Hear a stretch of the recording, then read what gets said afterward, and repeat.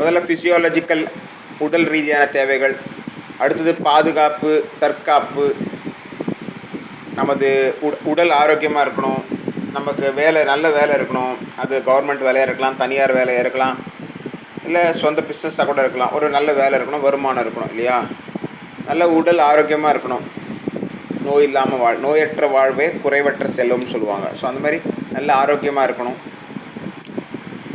நல்ல வேலை இருக்கணும் இல்லையா? வருமானம் இருக்கணும். அதுக்கடுத்தது நமக்குன்னு ஒரு பாதுகாப்புக்காக ஒரு சொந்த வீடு இருக்கணும், இல்லை ஒரு வண்டி கூட இருக்கலாம்.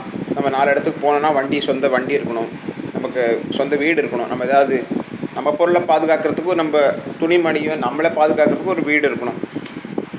நம்ம பாதுகாப்புக்கு ஒரு வீடு இல்லையா? அப்புறம் நமக்கு உதவி செய்கிறதுக்கு உறவினர்கள் இருக்கணும், நமக்குன்னு ஒரு ஃபேமிலி இருக்கணும், குடும்பம் இருக்கணும், நமக்கு குடும்பம் இருக்கணும்.